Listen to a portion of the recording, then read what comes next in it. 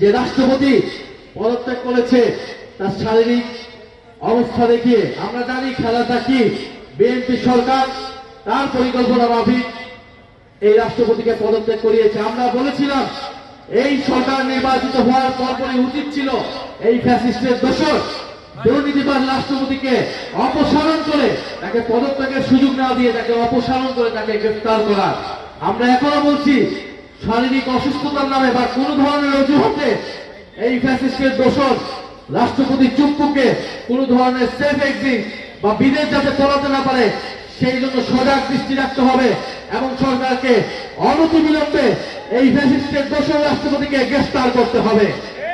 আমরা মনে করি ফ্যাসিস্টের রাষ্ট্রপতি সহ ফ্যাসিবাদের যেই দুর্নীতি যেই গণহত্যা হয়েছিল সকল কিছুর বিচার এই বাংলার মাটিতে নিশ্চিত করতে হবে।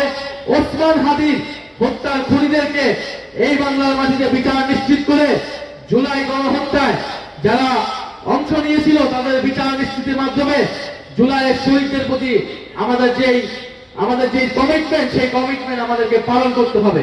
জুলাই সনদ যদি বাস্তবায়ন না হয়, গণভোট যদি বাস্তবায়ন না হয়, পুলিশ সংস্কার হবে না, প্রশাসন সংস্কার হবে না, দুর্নীতি বন্ধ হবে না, লুটপাট বন্ধ হবে না, দেশের অনেক কোনো পরিবর্তনই হবে না, দেশের কোন ধরনের সংস্কারই হবে না।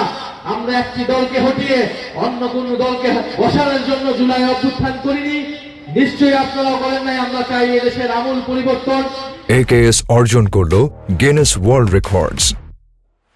AKS মানুষ চাকরি পাবে, দেশে দুর্নীতি হবে না, আপনি থানায় গেলে আপনি সুবিধা পাবেন, আপনার কোনো জমি দখল হবে না, ভূমি দখল হবে না, বৈষম্য থাকবে না, আমাদের দেশের পররাষ্ট্রনীতি সার্বভৌম নীতি হিসেবে দাঁড়াবে, আমার সীমান্ত হত্যাকাণ্ড হবে না।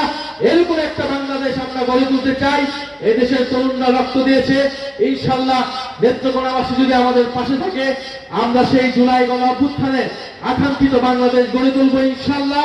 এবং আপনাদেরকে কথা দিচ্ছি এই নেত্রকোনা পৌরসভা সহ আগামী স্থানীয় সরকার নির্বাচনে এনসিপি এককভাবে প্রতিদ্বন্দ্বিতা করবে এবং আপনারা যদি সহায়তা করেন, সাথে থাকেন, আস্থা রাখেন, ইনশাল্লাহ জাতীয় সংসদে মাত্র 6 জন হওয়া সত্ত্বেও যেভাবে আমরা কথা বলে যাচ্ছি জনগণের পক্ষে স্থানীয় সরকার নির্বাচন যদি আমাদেরকে সুযোগ করে দেন, ইনশাল্লাহ এইখানকার স্থানীয় সরকারকে আমরা জনগণের প্রকৃত জনপ্রতিনিধি হিসেবে প্রতিষ্ঠা করব, দুর্নীতিমুক্ত জনপ্রতিনিধি হিসেবে প্রতিষ্ঠা করব।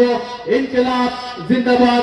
আপনারা সবাই দোয়া রাখবেন, ইনশাল্লাহ আপনাদের সাথে আবারও দেখা রাখবে। ইনকিলাব জিন্দাবাদ।